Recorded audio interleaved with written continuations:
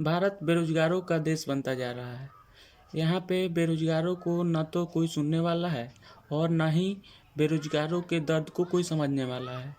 यहाँ पे सभी अपने अपने राजनीतिक रोटियां को सेक रहे हैं। किसी को बेरोजगारों की आवाज़ नहीं सुनाई दे रही है।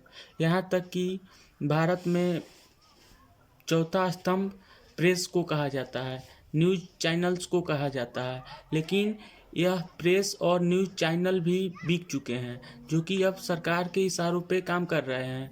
न्यूज़ भारत में आंतरिक समस्याओं को नहीं दिखा पा रहे हैं। क्यों?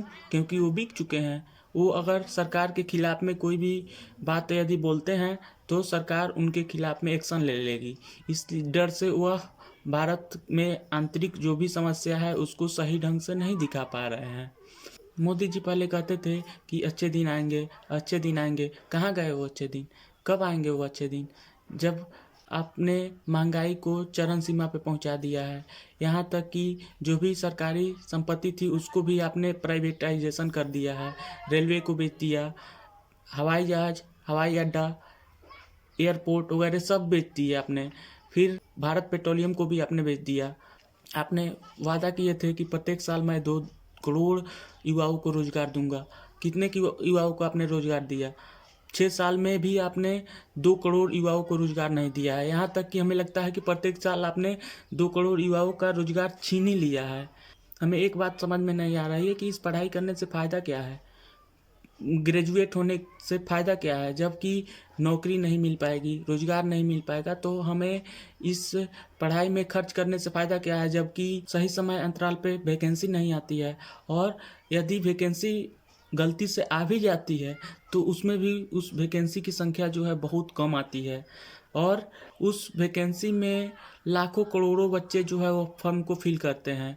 ओके, और फॉर्म को फिल करने के बाद भी उस वैकेंसी को आपके द्वारा पूरा फिल नहीं किया जाता है।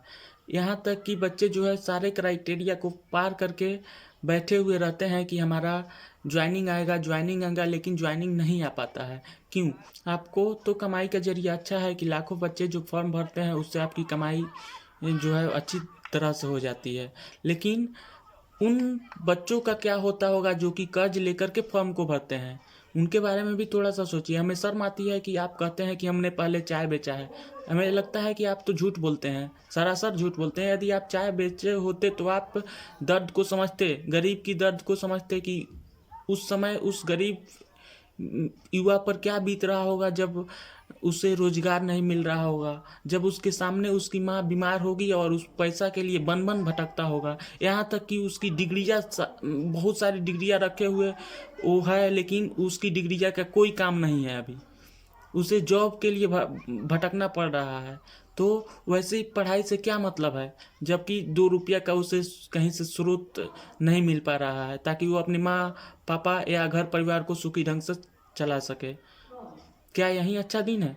अभिनव सर के द्वारा चलाया गया मुहिम मोदी रोजगार दो, मोदी जॉब जो आज ट्रेंडिंग पे है, और मैं सभी लोगों से यह अनुरोध करता हूं कि आप लोग जा कर के ज़्यादा से ज़्यादा संख्या में ट्वीट करें ताकि इस बहरी सरकार को सुनाई दे सके।